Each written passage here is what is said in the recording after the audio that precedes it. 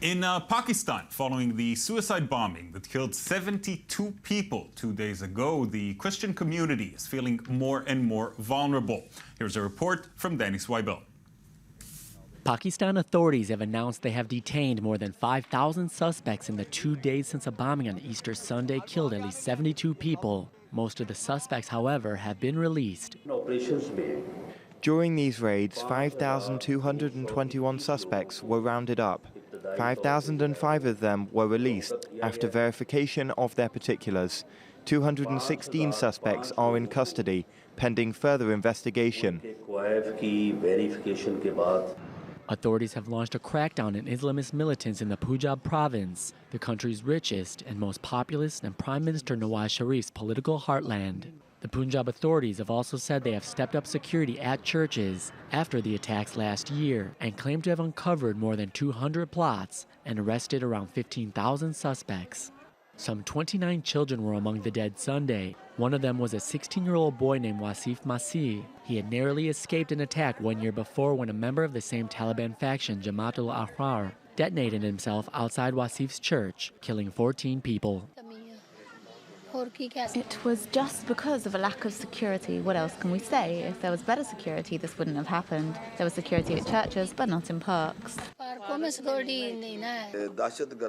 Terrorists didn't used to be so focused on our community. Now all their attention is on us. It happened on March 15th here, and then it took place on March 27th at Gulshan Park.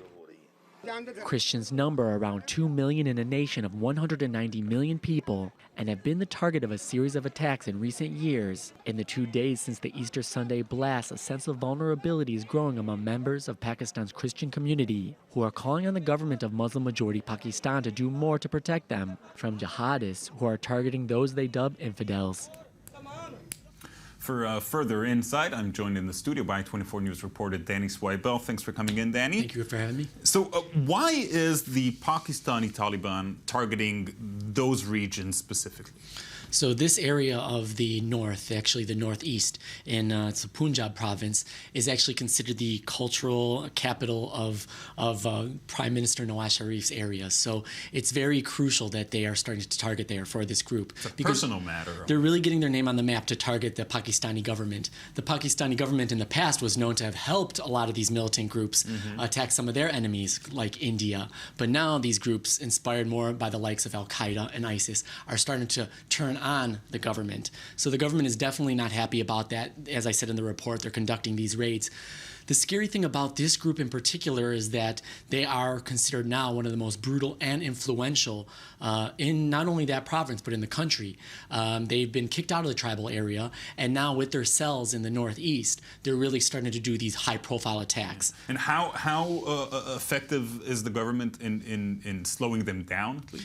Well, the government does boast that over the last several years, they've made 15,000 arrests and have foiled about 200 plots. Now, we don't know what the likelihood of these numbers actually being accurate are, but we do know that this group, specifically the splinter cell, the Jamaat al-Ahrar splinter cell group of the Taliban, they have had a lot of high-profile attacks under their belt. They were involved in the school attack last year that killed almost 150 school children. They've had a lot of high-profile attacks.